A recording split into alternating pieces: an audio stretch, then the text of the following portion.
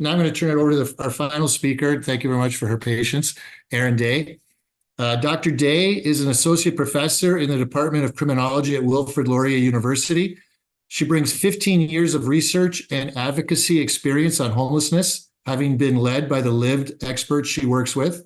Her focus is on the social exclusion of unhoused people, including the criminalization of homelessness, and she promotes homelessness prevention and meaningful social inclusion. So, Erin, thank you very much for being here, and the floor is yours. Thanks. I'm going to be really brief because I am looking at the time, Rob. So don't worry, I got you. Don't worry about the time. Don't worry about the time.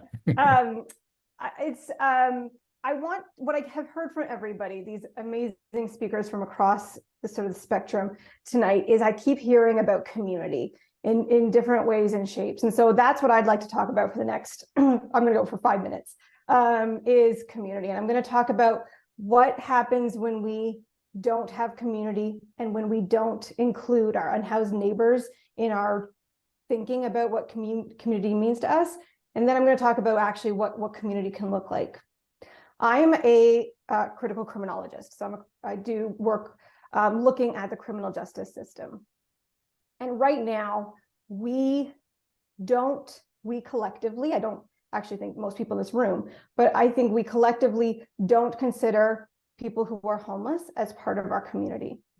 And I think that happens in part because, and I've heard this from community members, because people don't like having to bear witness to the suffering, to the trauma, and to the loss of dignity that we have created in this, to Katie's point, in these 30 years of policy decisions we've made.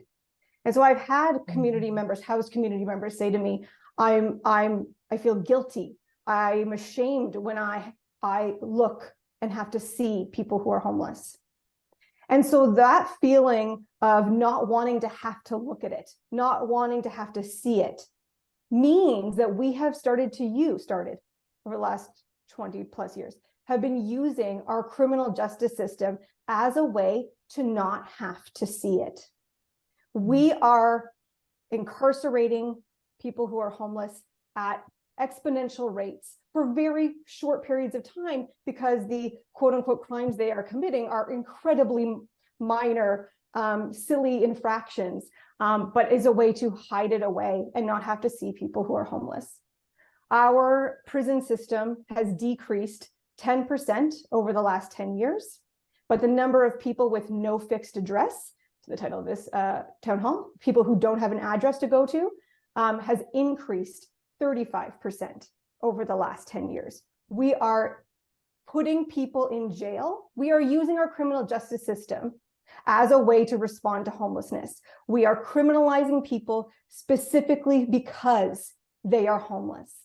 And so the kinds of infractions and the kinds of tickets and the kinds of arrests that people who are homeless are receiving are because we have abandoned them to live in survival mode.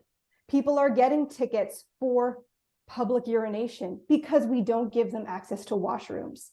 People are getting tickets for loitering and trespass because we make it a crime for them to simply exist in public spaces. And when you get those tickets and those infractions, and then you don't show up to court because what day is that court case? And I don't have a bus ticket to get to court and all the reasons why somebody might not show up to court. Well, then you can have a warrant out for your arrest. And then you can spend a couple of weeks in jail and you lose maybe that housing that you did have or that job that you were maybe getting. So this is what happens when we deny people who are homeless space in our community because we are uncomfortable, because we don't want to have to look at it. And so what I encourage people to think about is considering our unhoused neighbors as truly our neighbors, because they are. And so work that I've done on people's experiences of loneliness when they're transitioning from homelessness to housing. And so Drew's point about, those concrete walls, I think really speaks to it. And there was some comments in the chat about what happens, that really key vulnerability moment when people are moving from homelessness to housing. hearing a lot about isolation, about a lot of disconnect, because that's what encampments are giving. And I think Drew spoke about it so beautifully, where he spoke about that he feels a part of something. So thank you so much, Drew. I took so many notes there. This is what encampments give. They provide that sense of community. And so in the research I was doing and speaking with specifically young women and gender diverse youth, about what would help you not feel lonely, what would help you not feel isolated.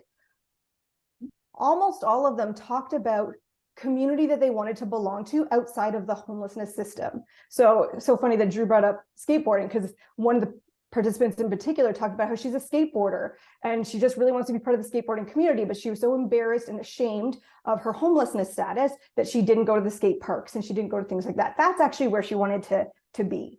Lots of young people who were newcomers to Canada talked about how they wanted to just be with people from their community, from their culture, from the country of origin. But those communities, they didn't feel like they could go to those spaces. They didn't feel like they could spend time in it. So what all of this keeps coming back to, the way that we ticket people who are homeless because they're on our sidewalks, near our businesses, things like that. The way that people want to be part of these other spaces because they have interests and ideas and hobbies that have nothing to do with their housing status. They want to be involved, but they don't feel like they can because of that stigma, because of people not wanting to have to bear witness to their homelessness. We have created this disconnect. And I think that it's on us. It's on us in the spaces that we occupy in the world, whether it's a church group, a community space, a club, walking down the street and saying hi or nodding our head and acknowledging that another human being is there and maybe has spoken to us. That's what we can do to rebuild that community. And so you mentioned that Jamie is a part of the Unsheltered campaign here in KW. I'm also a part of that campaign. And part of what we did in that group, one of the many things that awesome group of people do, is we created a little infographic that I'm putting the link to here about what can we do when we encounter somebody who's homeless. And there's a range of things, everything from saying hi, like just acknowledging somebody exists, all the way to, deep advocacy, like people like Jamie and Fiona are doing. And so there's all sorts of things that we can do and people are doing to create that community. And so people who, there's a lot of loud voices around encampments and around homelessness. And so anybody who feels like they can do it, if you could just be a little bit loud, and I think there's more of us, that if we're all just a little bit louder, I think that the powers that be will hear us more, and we can let the powers that be know that we consider people who are homeless our neighbors and that they should be treated as such. I will leave it there. Erin, thank you very much for that message. And yeah, loud, it can be in so many different forms, actions, words, what have you. And I just want to say, we're going to wrap this up now. And I just want to thank everyone that spoke, everyone that attended. This is being loud in another way by us all coming together to hear about what others are doing. You all were very respectful, and I appreciate that we were able to hear a diverse number of people sharing their experiences, sharing their work that they're doing. And I appreciate everyone, first of all, everyone who came out to present tonight, and everyone that came out and stayed with us through it all to hear from everyone else. And we will have more information that you can follow up on our website with respect to this event. And again, thank you, everyone. Good night. All the best. And Drew, all the best to you out in BC. Cheers, brother.